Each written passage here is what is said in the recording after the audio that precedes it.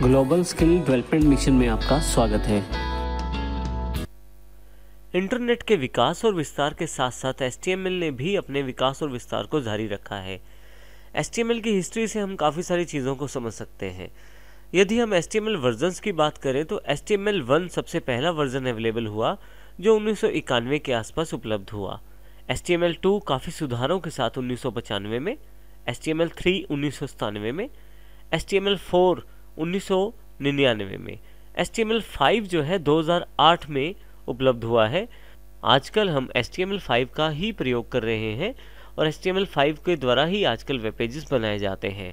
HTML 5 में काफ़ी सारे एडवांस टैग्स शामिल कर लिए गए हैं जो कि पहले वर्जन में उपलब्ध नहीं है।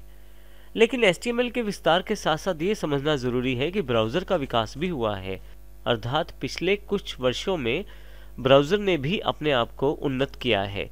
जैसे आप यदि यहाँ देखें तो इंटरनेट ब्राउज़र के कुछ वर्जन्स दिए गए हैं। जो सबसे पहला वर्जन 1995 में लॉन्च हुआ है, तो इसी तरह से 2015 में इंटरनेट एक्सप्लोरर का 11वां वर्जन भी उपलब्ध हो गया है।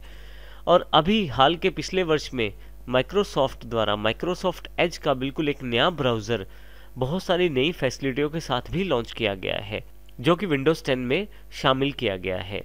और यदि हम यहाँ इंटरनेट की दुनिया में देखें तो इंटरनेट एक्सप्लोरर के साथ साथ काफ़ी सारे और ब्राउज़र्स भी उपलब्ध हुए हैं जिनमें मुख्य हैं Netscape navigator, Google Chrome, Mozilla Firefox और ओपेरा ब्राउज़र।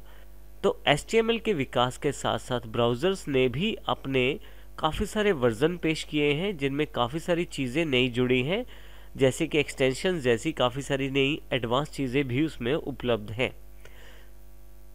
ब्राउज़र्स काफ़ी सारी कंपनियों के अलग अलग प्रोडक्ट हैं और HTML की कंपैटिबिलिटी को ध्यान में रखकर बनाए गए हैं। जैसे ही कोई नया ब्राउज़र बाज़ार में लॉन्च होता है तो उसमें HTML के नए वर्जन्स को ध्यान में रखते हुए काफ़ी सारी चीज़ें शामिल की जाती हैं। यहाँ पे एक मुख्य बात और है, वो है डिवाइसेस का विकास।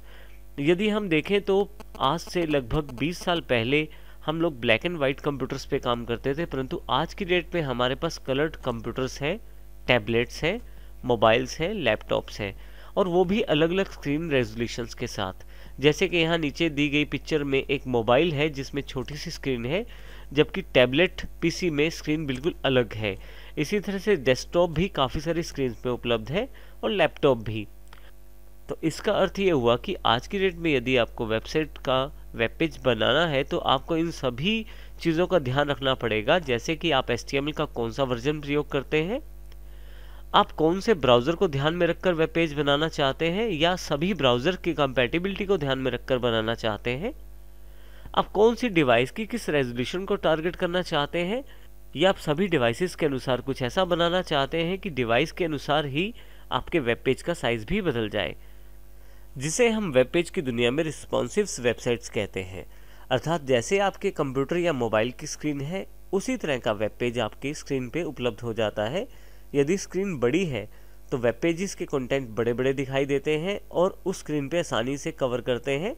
और इसी तरह से यदि उसी वेब पेज को आप छोटी स्क्रीन जैसे कि मोबाइल या टैबलेट की स्क्रीन पे देख रहे हैं तो कोडिंग के अनुसार उस स्क्रीन के अनुसार कंटेंट को दिखाया जाता है। तो इसका अर्थ ये हुआ कि आज की डेट में हमें यदि कोई वेब पेज बनाना है तो इन सभी पक्षों का ध्यान रखना पड़ेगा कि हमें किस प्रकार का ब्राउज़र, किस प्रकार की स्क्रीन और कौन से वर्जन्स का HTML प्रयोग करना है।